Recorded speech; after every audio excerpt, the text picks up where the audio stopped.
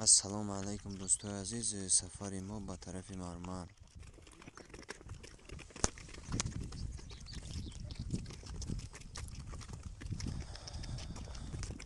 انا ما هم به مرمر نزدیک شدیم. انا حضورا سنگایی که میبینید این سنگای مرمر فراب.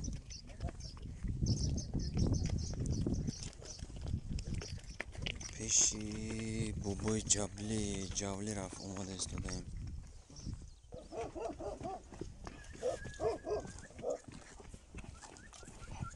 سگای جبلی هم دابید.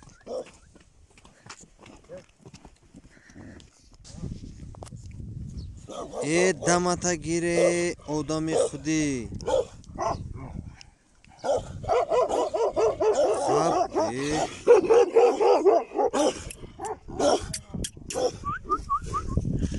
کچکای بای جولی گانه بدیم اینا.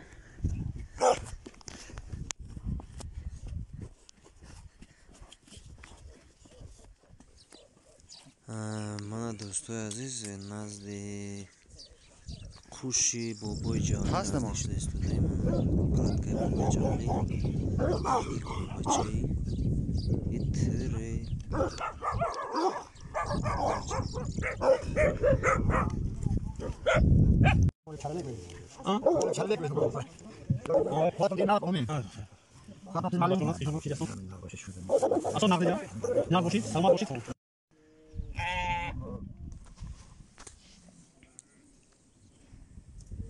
انا این مرده که میبینی برادرای عزیز جولی بای باش چوپان بابای جولی در بین مولا مال جدا کرده استاده.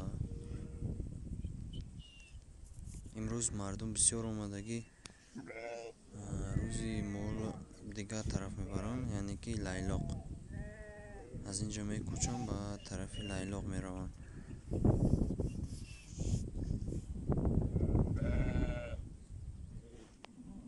همین طور مال جدا کرده استاده ایم.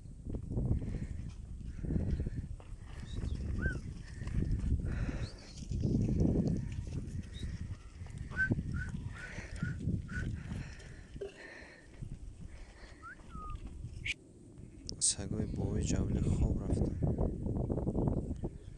من این مردم هم جشده دارم.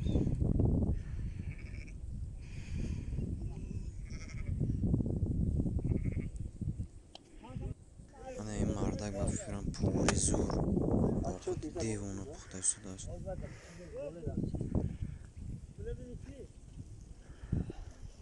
یکی همین اوقاتی که در صحرا میسازی با مزه میشود.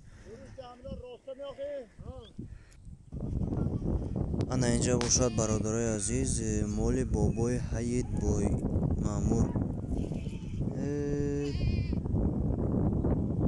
نوا کن مال های کرده است دادن طرفی آب.